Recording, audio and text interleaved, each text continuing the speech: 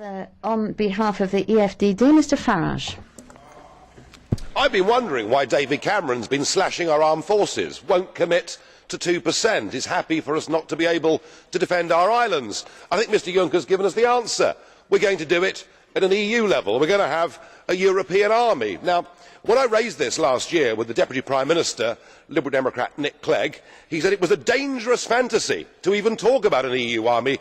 I hope every Liberal Democrat voter has heard Mr Verhofstadt today, the leader of the European Liberals, crying out for militarisation at an EU level. Of course, the truth is, it's already happening.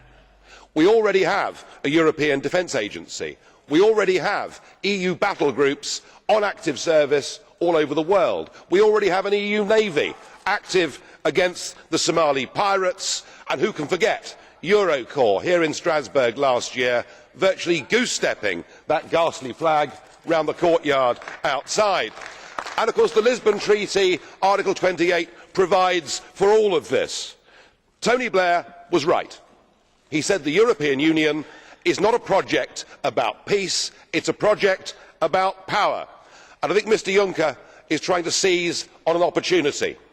We ourselves in the European Union provoked the conflict through our territorial expansionism in the Ukraine. We poked the Russian bear with a stick, and unsurprisingly, Putin reacted. But this now is to be used as an opportunity to build a European army. And when? Mr Verhofstadt, I know that by heckling you increase your hits on YouTube, because otherwise nobody in Europe wants to listen to you, and the President really ought to let me speak. Just a moment, please. Just a moment. Thank you. Mr Farage, just a moment, please. Just a moment, please. Just a moment. Mr Verhofstadt, I turn to you. I have to ask you, please, to calm down. You may not like this speech, but we are Democrats and we listen to you too. So please do not interrupt.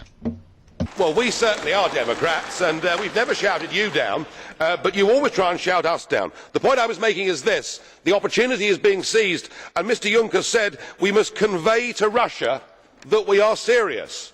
Who do you think you are kidding, Mr Juncker? We do not want any part of an EU army, and I doubt the rest of the peoples of Europe do either. Thank you. Well, it's a bit of fun. So, Herr Farage. Thank you, Mr Farage.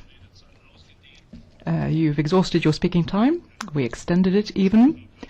Now, Mr Verhofstadt, we've brought him back to reason. However, Ja gut, Vernunft ist immer eine Definition. Well, reason is a question of definition, I suppose. But anyway,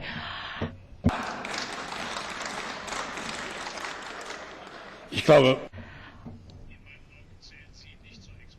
I'm not necessarily saying that you're the expert when it comes to defining reason, but what I can tell you is that I asked Mr Verhofstadt to please listen to you. I hope he will continue to do so in the future. And to all of you, I would ask you also to make sure that you respect flags of whatever nature. Mr Sulic, I believe you had a question, is that right? To Mr Farage, I take it? Is that right? In fact, I would like to ask Mr Farage, what do you think that we should have to do, Mr Farage, when Russia, for example, is supporting with the most modern armaments, you know, the separatists? Do you, as an European Union, have to do something to support Ukraine, to fight in the eastern Ukraine, or do you think that we should have to wait to fight on the western Ukraine for the stability of Europe? Don't you think that we together have to send a clear message of solidarity and unity of the European Union considering this important subject? Thank you. Speech. We, through our territorial ambitions, provoked the overthrow of an albeit corrupt but democratically elected leader in the Ukraine. We have provoked this crisis. Now the question you ask is, what do we do from here? I was in this chamber at the time when Libya was attacked. I heard the Liberals and the Greens screaming, frothing at the mouth, for us to bomb Libya, for us to become militarily involved because we believed that would make things better. My view, sir, is if you look at Afghanistan, if you look at Iraq, if you look at Libya, and you look at the attempt to back the rebels in Syria, many of whom have now morphed into ISIS, we see that our recent foreign military interventions have made things worse, not better.